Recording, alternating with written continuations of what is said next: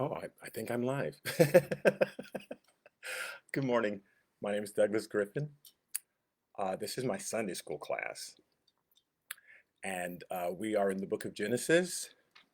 We're going through the Bible verse by verse by verse by verse by verse because it's easier to get an unbiased uh, viewpoint of what God is saying if you just read the story straight through. Then the story identifies itself. Sometimes we've heard sermons or Sunday school lessons or seen movies about the Bible, and they are not quite an accurate interpretation of what the actual text says.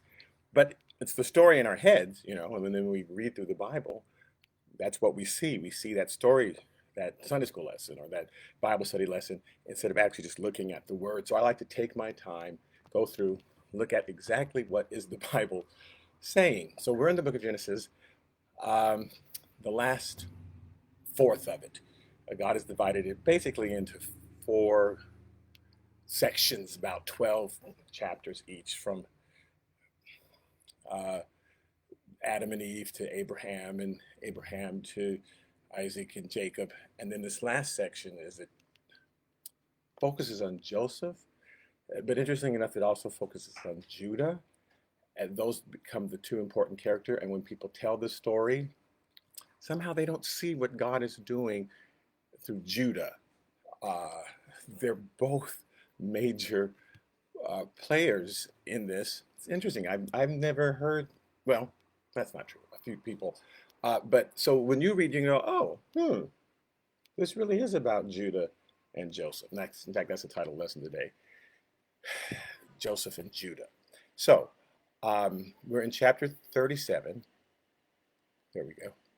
And I just want to review quickly what's happened in chapter 37.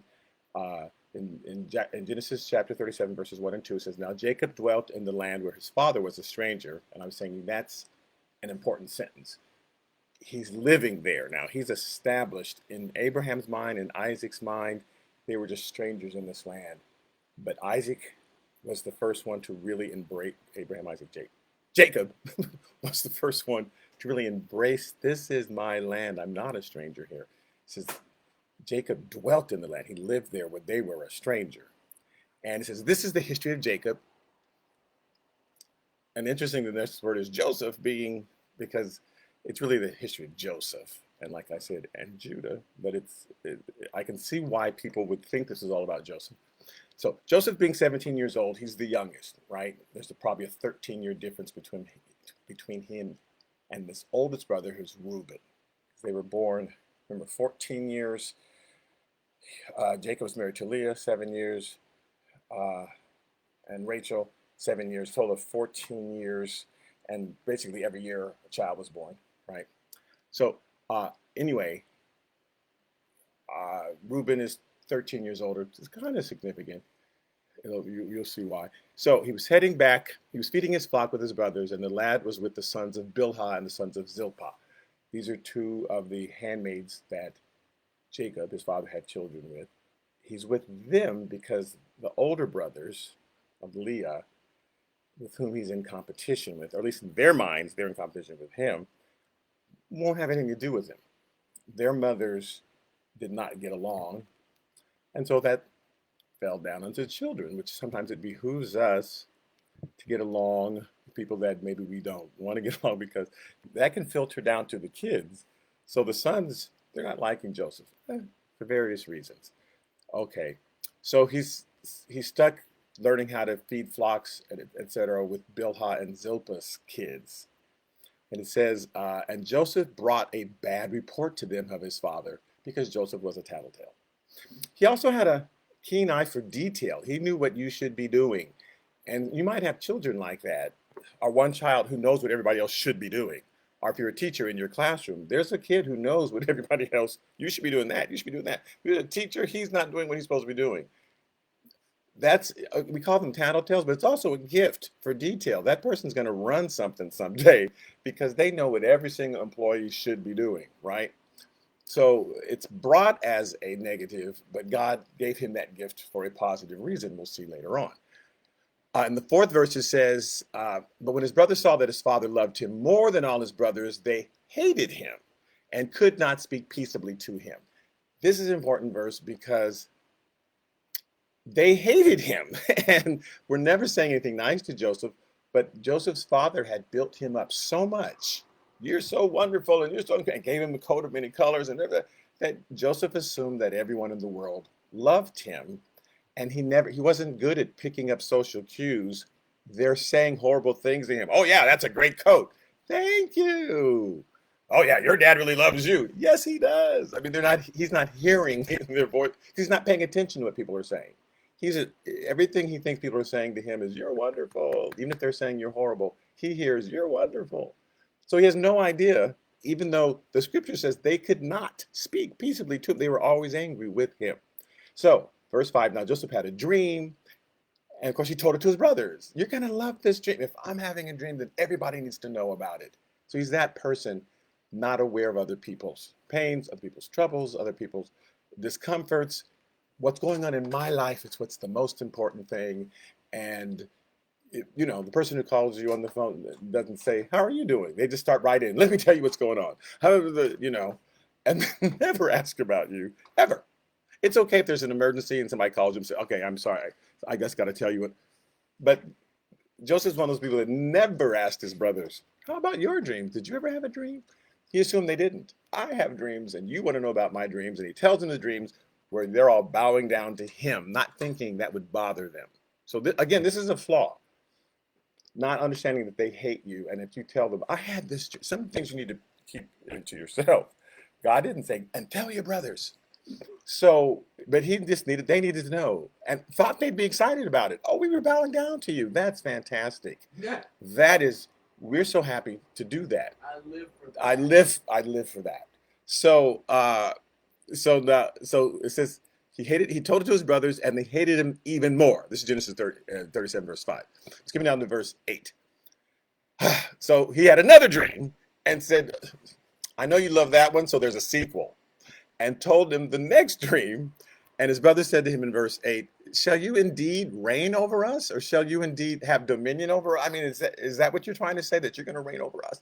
Because we're the older brothers. You're the 11th youngest brother. Yes, and between Joseph and his baby brother from the same mother was 16 years. So he's just like 1 year old, Benjamin, at this point, because Joseph is 17. This is important, especially be important next week. Joseph is 17, and Benjamin is 1. And Reuben and them, they're 30. So they're not thinking about baby Benjamin. So Joseph is the youngest. And if there's anybody going to reign over, if Reuben, who had kind of blown it by sleeping with one of his dad's wives, if Reuben's out, then Simeon saying, "I'm next," and Levi saying, "I'm next after him," and Judah saying, "I'm next after him," and Issachar and Dan and Gad and Asher and Donder and Blitzen, they're all saying, "We're next in line." And so you're going to reign over us? You're number 11. How's that possible? We'll all be dead in order for you to reign over us. So his verse 9. Oh, that's when it says, then he dreamed another dream. I'm sorry. All that was a reaction to the first dream. So you think, well, I don't want to tell him about my next dream. No, no, no. Then he dreamed another dream and told it to his brothers, because he's like, well, they loved that dream when they said, "Oh, what? What are you talking about?" That was so. But I'm bringing this up because Joseph has a problem reading people. He's got a, like, he's not ever paying attention to what people are saying to him. This is important later on, okay? Because that's a flaw God is going to fix in him, and which with all of us, there's a way God has designed our gifts, and sometimes we've corrupted that gift that we have, and God puts us through a series of circumstances so that our true gift can break free, and that we can actually use it in the way it was designed to be used, right? So Joseph does have a gift, but which is interpreting dreams actually, but he's not quite using it yet how God wants him to use it. So right now he's not paying attention to his brothers. Let me tell you my second dream. Okay, so verse 9, then he still dreamed another dream, told it to his brothers, and said, "Look, I've dreamed another dream, and this is the time. It's the sun, the moon, the star, that whole thing, and your stars were all bowing down to mine. Even the sun and moon were bowing down to me." Now, he told it to his father and his brothers, and his father rebuked him. And this is going to be important when Joseph gets to Egypt. His last really meaningful conversation, emotional conversation with his dad was, how dare you, right? Uh, and his dad said to him, "What is this dream that you have dreamed? Shall your mother and I and your brothers indeed come to bow down to the earth before you?" Now his brothers got more upset, but it says that the father at least thought about it. Maybe God is going to use Joseph. I don't know. But he doesn't say that out loud to Joseph, right? He just says, "You're crazy. I'm not bowing down to you." Right? Your mother and I are going to bow down to you? I don't think so. Okay, so in verse 14, a little bit later, all the brothers have left Joseph. What a shock that they would leave their little brother. And they're all up herding the sheep about 60 miles away in Shechem. And his father comes and says to him in verse 14, "Please go and see if it's well with your brothers." Like, check on them like you know you like to do. "And well with the flocks, and bring back word to me." So you're a good you know what they all should be doing because that's your gift. You know what every single person, and you should be doing that. So come back and tell me who, you got 10 brothers, are they doing what's right? And come back and tell me. So not knowing, the dad's another one that's on. Everyone must love my son. Those other brothers, I know they love them because look, I gave him a coat, so now that's going to make them love him even more. So let me send them to spy on them and bring them back word, and that'll really endear them to Joseph. Like you're going to send you. So the dad's also not reading well because he adored Joseph so much. I guess even he thought, the brothers will get over it. So he sent him out to the valley of Hebron, and he went to Shechem. So that's where they are in Shechem, when Jacob first came back, they owned land in Shechem. These are the brothers who killed everybody in Shechem, right? Killed all the men in Shechem.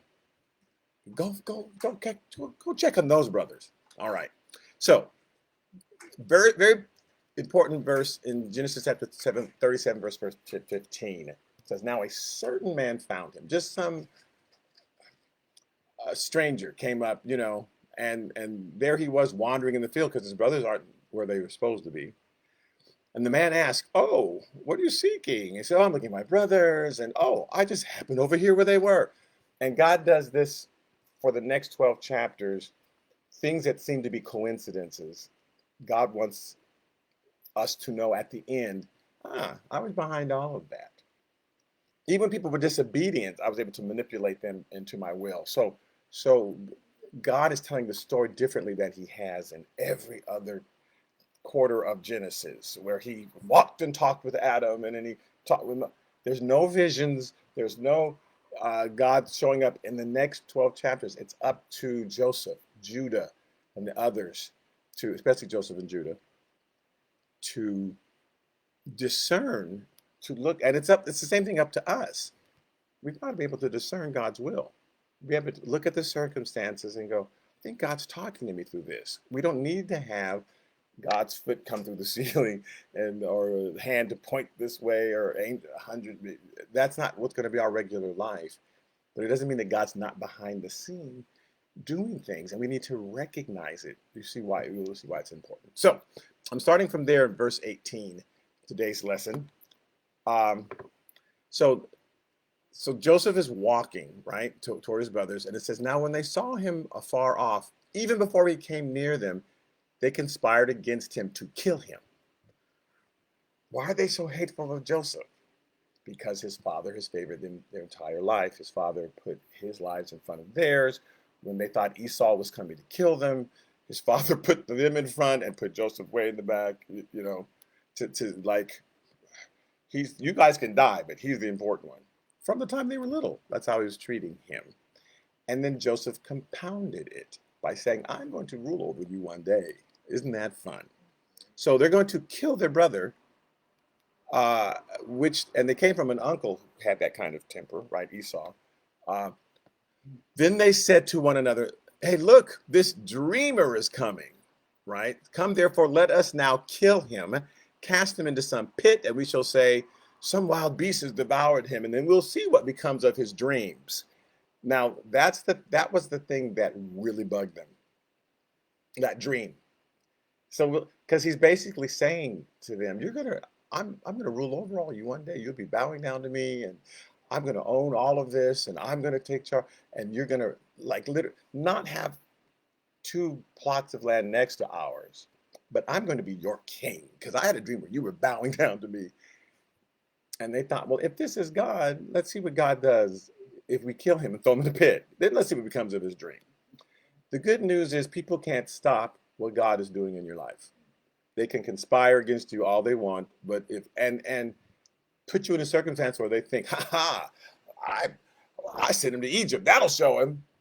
And that's the very thing that God will, then you're gonna have to go to Egypt one day and that person's ruling over you. So people can do things to you, but they can't.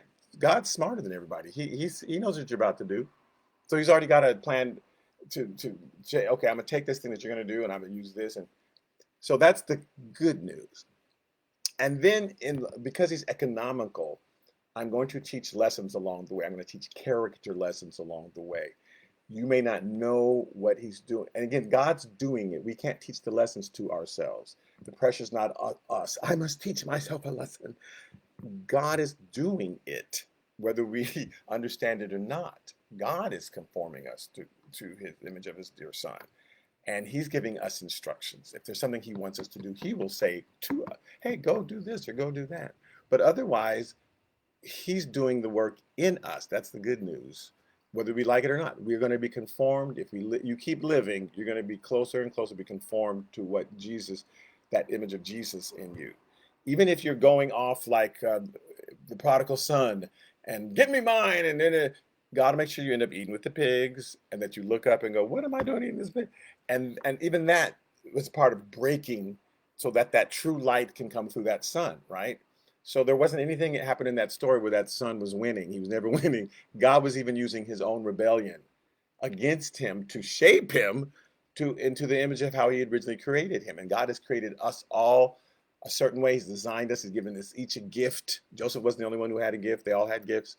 But he's going to put us through circumstances to shape us. So like, oh no, they're going to do bad things to Joseph. And God's like, okay, they can try, but I'm going to use this for my glory. So when Reuben heard it in verse 21, he delivered him out of their hands by saying, let's not kill him. Now, here's an interesting thing. Reuben wasn't there. He didn't take part in when Simeon and Levi decided to kill all the Shechemites, all the men. Remember, he tricked them. They tricked them into being circumcised. Oh, you can have our sister, but you got to all be circumcised, you grown men. And while they were in pain, they came in and killed them all. Reuben wasn't part of that. Reuben's not into Reuben, so it's very interesting. Reuben wasn't part of, and even here when they all conspired, let's kill him. Reuben's like, oh, no, let's not kill him. But you had to give them something, right? So he says to them, shed no blood. We don't have to kill him. We'll just cast him into this pit, which is in the wilderness, and we won't lay a hand on him, and therefore we won't be responsible. He can just die in the pit. And he said that he might deliver him out of their hands and bring him back to his father. So I'll convince him, because these pits, these wells that were dug, didn't have any water in them. They find a dry one, right? And there's no way to climb out of it. You would lower a pail into it and get the water, but at a certain point the water runs dry. So there's just these pits that exist. Let's find one of those. He won't be able to crawl out, and he'll eventually waste away and die. But that way we didn't kill him. The desert killed him. So it came to pass, verse 23, that when Joseph came to his brothers, smiling, oh, look, the people who love me, that they stripped Joseph of his tunic. First, let me get this off of you first, right? This coat we're going to put some colors on this coat. And the tunic of many colors that was on him, so they took it off. Now we're going to really kill you. And then they took him and cast him into the pit. And the pit was empty. There's no water in it, right? Now, I do want to say, I'm skipping ahead to Genesis 42:21, because when they finally had to face Joseph 22 years later, it's 22 years before they see Joseph again. When they're finally facing Joseph and they have no idea it's Joseph, he's punishing them, right? And making them feel really bad. They don't know it's Joseph, though. And they say in Genesis 42:21, they said to one another, we are truly guilty concerning our brother. because they're thinking back on what they did to Joseph. For we saw the anguish of his soul when he pleaded with us, and we would not hear. Therefore, this distress has come upon us. So he was pleading with, so they throw him into the pit, and then they sit and have lunch. And Joseph is pleading and crying and screaming, "Oh my God, let me," because he's in total shock. These people who I thought adored me and couldn't wait for me to show up have thrown me, and they're going to leave. And he says, "We heard the anguish of his soul." He's crying, he's weeping, he's pleading for his life because he knows he's going to die in that pit if they don't come and rescue him. And we ignored him. So, verse 25 back in Genesis 37 says, "And they sat down to eat a meal." So they had a barbecue, and Joseph's there screaming and crying and screaming and crying, and they act like they can't hear him, and they're just eating. It says, then they lifted up their eyes, and look, there was a company of Ishmaelites. Like this out, gee, where would they come from? That's just out of nowhere, a company of Ishmaelites. Now, this is about the third generation from Ishmael down. Ishmael, so Isaac is their grandfather, right? And so their grandfather's brother, Ishmael, who's 14 years older than him, had 12 sons. So by the time Isaac started having kids, and Isaac had two kids, Jacob and Esau, Ishmael's 12 sons were having kids around the same time. So this is like the third generation. And then by the time that Jacob and them were, Jacob's sons were this age, we're dealing with the fourth generation of Ishmaelites. So there's hundreds, maybe thousands of them now, because we went from 12 to, that multiple to that multiple. Like if all 12 kids had 12 kids, and then those 12 kids each had 12 kids. There's hundreds, if not thousands, of Ishmaelites by this time. And there's just these 12 brothers. They're just starting out, right? They're going to go into Egypt, and they're going to have kids, and their kids are going to have kids. And in the fourth generation from them, there's a million of them, right? But Ishmael's way ahead of them. So there's hundreds and hundreds of Ishmaelites. And then I'll explain why they call them Midianites when we get to that sentence. But a company of Ishmaelites, and they go back and forth from Egypt up to Assyria to Egypt, and they live on the other side of the Jordan, the Saudi Arabia area, and that whole area where the Arabs live to this day, right? Same area, and they're trading with Egypt. So they just happen to walk by. And they're coming from Gilead with their camels. They're bearing spices, balm, myrrh, and they're on their way to carry them down to Egypt. So that's their little pathway, right? So Judah said to his brothers, and I'm telling you, this story, the next 12 chapters, is a story of Judah and Joseph. We need to keep our eye on both of them because God's doing something with those two brothers. So Judah said to his brothers, "Hey, what profit is there if we kill our brother and conceal his blood?" Meaning he's going to die in this pit, and then we're going to have to fish him out of there and hide him, and because Dad's going to come looking for him, and we're going to have to conceal his blood and wash the whole thing down. That's a burden on us. Once he's dead, we can't just, his skeletons will be there, his blood. We got to get rid of this body. So come, let us sell him to the Ishmaelites. We'll make a little bit of money, and they'll take him off to Egypt, and he'll die there because you sell somebody into slavery in Egypt, they'll use you for whatever, and then they'll discard your dead body, right?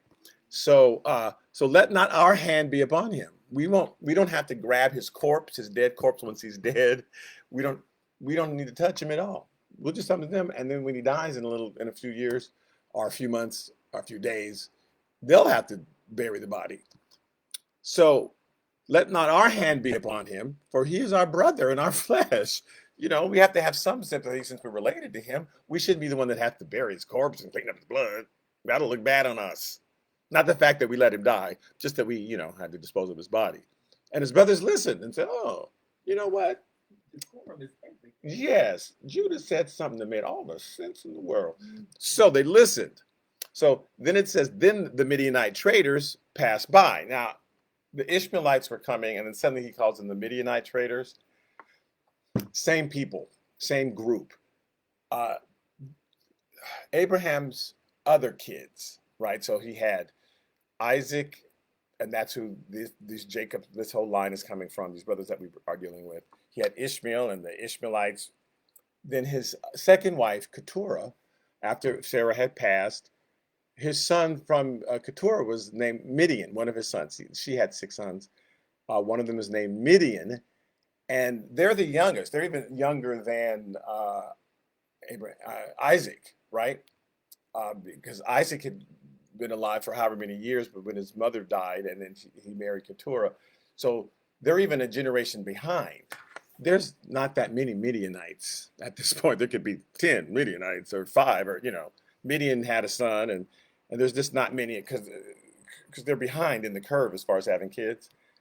And so their cousins are the Ishmaelites, of which there's hundreds and hundreds. So they would call themselves Ishmaelites, even though they technically were Midianites. They were sons of Midian. They kind of joined with them. So they would call themselves, so calling them Ishmaelites or Midianites is kind of the same group. It's technically Midian's kids, but they joined together with the Ishmaelites for protection, right? So so the Midianite traders passed by. So the brothers pulled Joseph up, lifted him out of the pit, and sold him to the Ishmaelites for 20 shekels of silver. And they took Joseph to Egypt. And that's it. Now, again, they just happened to pass by, and Judah just happened to get this thought. Hey, and God wants us to say, see how these things, somebody just happened to drive by and say, hey, you should go check out that. Hey, you should do this. We need to listen sometimes when people said, hey, because God's sending these people to us. They don't know why they suddenly get an urge. You know what? I don't know why, but I feel like just going for a walk. And guess what? I was going for a walk and I ran into so-and-so. Isn't that interesting? No, God had it all planned. So, and this happens in our lives all the time. We got to recognize it. We keep calling these things coincidences. We need to say, this was no coincidence I ran into you after all these years, right? I hope you say things like that. Hey, when I ran into so-and-so, or I got that number, or I saw, you know what, I just happened to be on Facebook and I happened to see this thing, or watching television. I said, not a coincidence. So, but God's right, just writing it this way for our own lesson. So now, verse 29, Reuben then returned to the pit.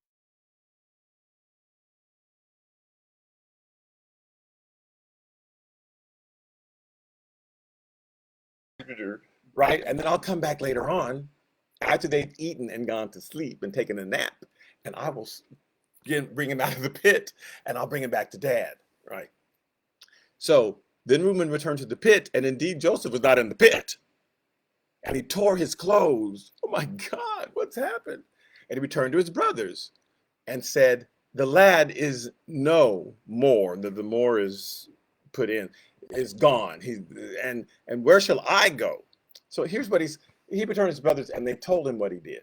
They told him. It's not like, it sounds like he's gone and he's just disappeared in thin air, and he must have. They told him what happened, because there's no way he could have gotten out of the pit unless the brothers took him out of the pit. When he's saying, where should I go? He's like, now what am I going to do?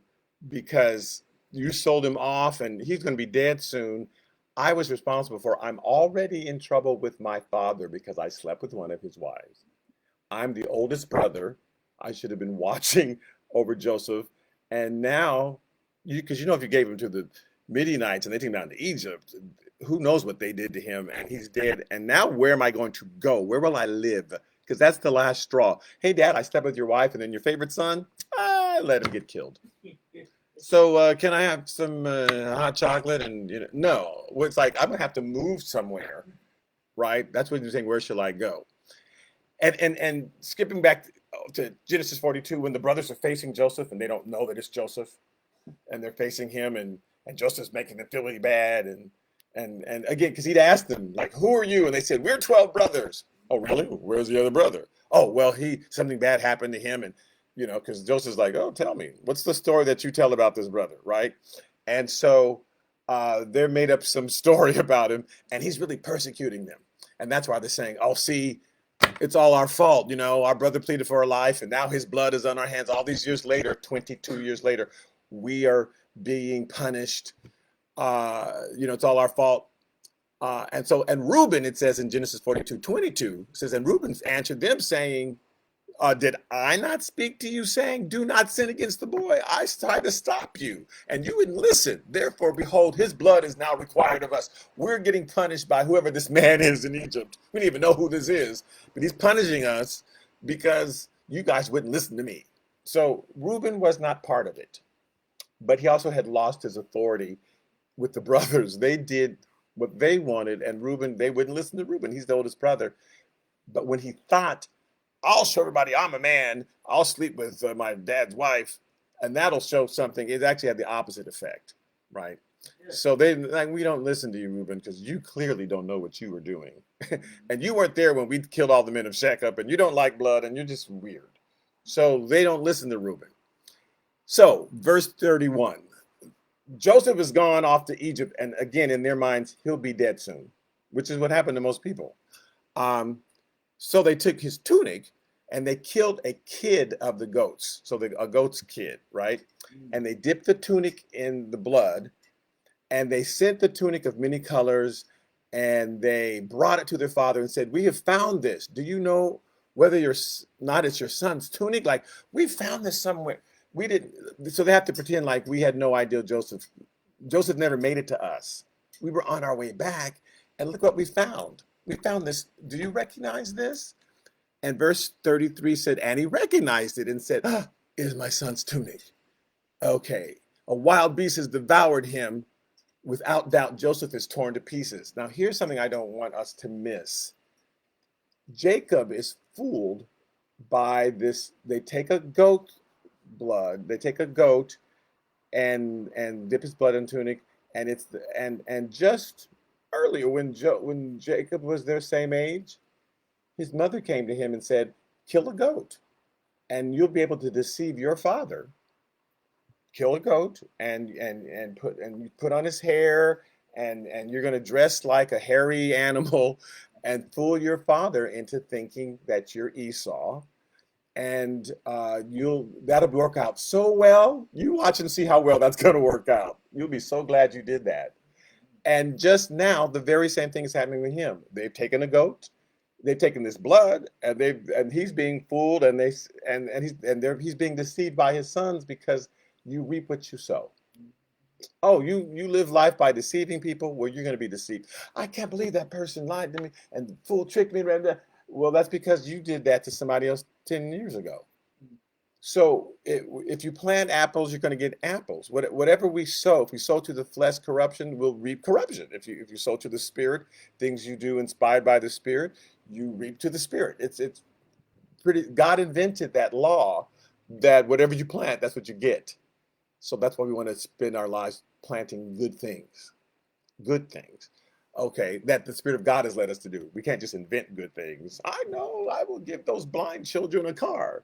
You've got to do something that God told you to do, right? So it's coming back on him, and his sons deceived him.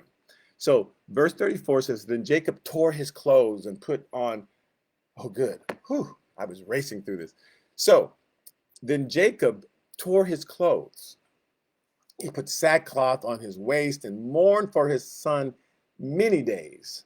Now, that's just a Jewish cultural tradition, right? To show that you might rip, today they might rip their lapel, more Orthodox Jews, but it's an outward sign of what's going on inwardly. You would tear your clothes and you don't, instead of washing your face, you take the ashes and you put them, because you're showing people, this is how I feel, because you don't know how I feel. So let me show you. And he mourned for some many days. And it says, and all his sons and daughters, plural, arose to comfort him. That's why we know Dinah was not the only daughter. Dinah was Leah's daughters, but apparently they only mention when the sons are born because it's a sexist book. But the other wives obviously had daughters too. So it says all his sons and all his daughters arose to comfort him, but he refused to be comforted. And he said, for I shall go down to the grave and to my son in mourning. And thus his father wept for him. So I'm going to spend all of my life in mourning, and I'll finally go and meet him in the grave. And that's when I will see him again in the grave. And thus his father wept for him. Now, Jacob has lessons to learn himself. So it's interesting, God choosing Jacob over Esau. Esau was the hunter, and Esau was, I'm going to go out and conquer. And remember, Jacob was the guy who lived in tents and learned to cook. He was the cook, you know. Uh, and so that's why the dad looked on the outside and said, well, clearly Esau is going to be the one that it all comes through, right? God's going to say, and your seed will bless the earth. So it's going to, and God says, no, I've chosen Jacob. And what? And often we look on the outside and say, why would you pick this person? And you got to say, because God told me to. I don't know why, but that's the person that I'm going to go help or go talk to, or who knows? God knows. And in my life, I've had many. Uh, when I was teaching, there'd be certain students that God would lead me to. I think that guy, that's the person. Yeah, God wants me to help that person. I don't know why. Now, years later, I go, oh my God, that person's the president of a company, or that person's the this, or that, But at the time, looking on the outside, you wouldn't have thought. You would have thought, no, that it's that funny guy over there who's everyone's admiring them, and then of course, 20 years later, I can tell you that person's in jail. But this other God looks on the inside. He knows what's going on. We look on the outside, and we better not trust our eyes. So God picked Jacob. Jacob in turn picked Joseph. Joseph's the one that God's gonna, and actually Judah was the one, right? Rachel's the one. No, actually Leah was the one. But we always use an outward thing. Thank God that doesn't stop God. It doesn't stop God. We can't stop God. He's still going to use us, and we go later, oh, I'm done. And that's fine. God's like, okay, yeah, you were done. Now let's get going. So we can't mess God up. We can't live in panic. Oh no, I'm going to mess God up. I'm picked the wrong person. I'm just saying sometimes we're struggling in a certain area when really God's doing it all along through this other person. So Jacob had a lot to learn about who actually God was going to use. And I'm telling you, it wasn't until he was on his deathbed that Jacob finally went, oh, now I see who really is gonna, it's Judah. And he says, a Shiloh shall come through, but he has all his attention focused on Joseph. And Joseph, because of that, that's going to cause problem for years in Israel. And so losing Joseph makes no sense to him. Well, it's like God's plan is all messed up because Joseph's dead, and like he's mourning because he has no faith that God can use any of the other brothers. It's got to have been Joseph. And now my whole plan is I've invested everything in him. Well, that's what you get for investing everything in Joseph. I gave you 11 kids. You've ignored them. You've placed all your faith in that one person, and now you think it's all dead. Now I want to contrast that with David. With David. David was in a situation where he lost a child. Now, let me be really clear.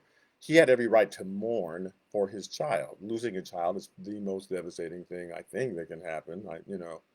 And right after losing, or before losing a parent, or I mean, of course we mourn, but the Bible says we don't mourn like those who have no hope. There's a way to mourn and have hope, and there's a way to mourn and have lost hope, right? The difference is we tell ourselves in our sorrow and our pain, but thank goodness I'm going to see that person again. Thank goodness they're in heaven. And so it's a little different. We're able to comfort ourselves on a certain level.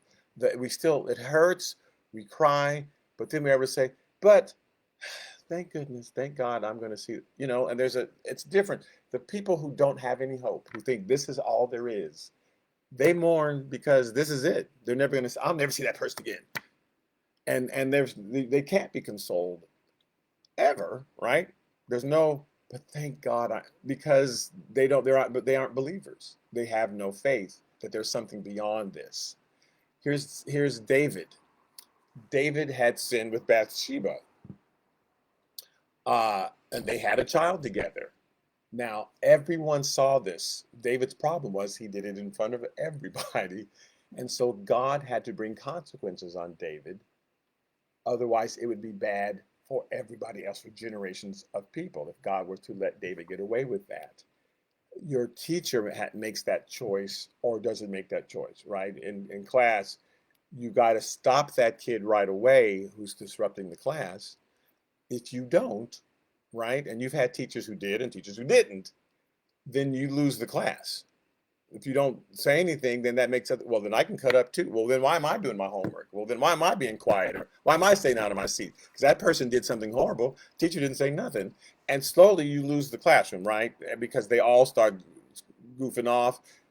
So so a lot of times, as soon as that first kid does something, the intelligent teacher or the experienced teacher, whatever word you want to use, says, no, I've got to make an example of this person so that everyone, so that's good for everyone else because I'm here to teach them. I'm not here to have a romper room, and it's not, they won't learn the lesson if I can't control the class. It's actually bad for them if I allow that to go unchecked. And so he had to punish David in front of everybody. Otherwise, if David could get away with that and that son goes up and rules for years and it's like, oh, okay, apparently adultery that's a thing. God doesn't care. So the child had to die. Now the child's in heaven. So ultimately, he's with God forever and we'll all be there. And so he's just got there sooner. But as far as this earthly realm is concerned, that the child had to die because David's sin had to be punished. So he gets really sick, he gets really ill, and David prays and cries out to God, and Lord, please save my son, please save my son. And he's praying and crying out to God. And in the 2 Samuel chapter 12, verse 19, it says, when David saw that his servants were whispering, David perceived that the child was dead, like, uh-oh, he must have died. Therefore, David said to his servant, is the child dead? And they said, yep, he is dead. So David arose from the ground. He washed and anointed himself. This is after crying and weeping because he felt guilty. He knows what he had done.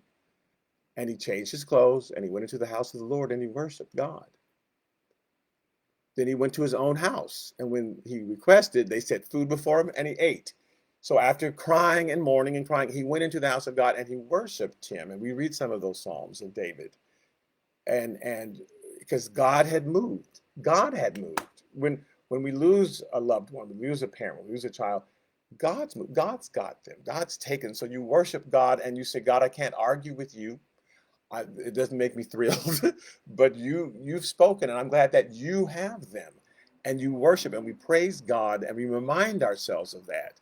And then he says they set food before him and he ate. And then his servant said to him, what is this that you have done? You fasted and wept for the child while he was alive, but when the child died, you arose and ate food. And he said, while the child was alive, yeah, I fasted and I wept, for I said, who can tell whether the Lord will be gracious to me that the child may live? So I cried, I prayed, I pleaded, but now he's dead. So why should I fast now? Why should I? God, please. He says, can I bring him back again? That the purpose of the fasting and the prayer was to see if I can get in line with God and come on, God, I'm pulling his coattails, but why would I now go and fast and pray? And I can't bring him back again. He says, I shall go to him, but he's not going to return to me. I'm going to go to him. And so I'm going to celebrate that. We like to have celebrations instead of the typical somber funeral now with celebrations of life because they've gone on to their reward. They've gone on to glory. And we want to train ourselves to think that way. So as an act of faith, we celebrate them going. After the funeral, we go home, we cry some more. But we remember, no, okay, but they're also with Jesus. And that's that balance that we've got, right? We're training our minds because we have faith that they are with the Lord. That's not what was going on with Jacob. I'm going to mourn my whole life because I have no faith. It's all been messed up. Joseph was supposed to carry my seed, and and he's gone now, and he had no faith because he had no idea that God had a different plan. He had no idea. He had no faith in God. God lost in his mind. God's sitting there going, "Oh man, we're gonna do Joseph did. I didn't know I was going to happen. Dang." God has another plan. When our plan fails, God has another plan because God's plans don't fail. It was our plan that messed up. So we're sad and, oh, I can't believe that happened this way, whatever our plan was.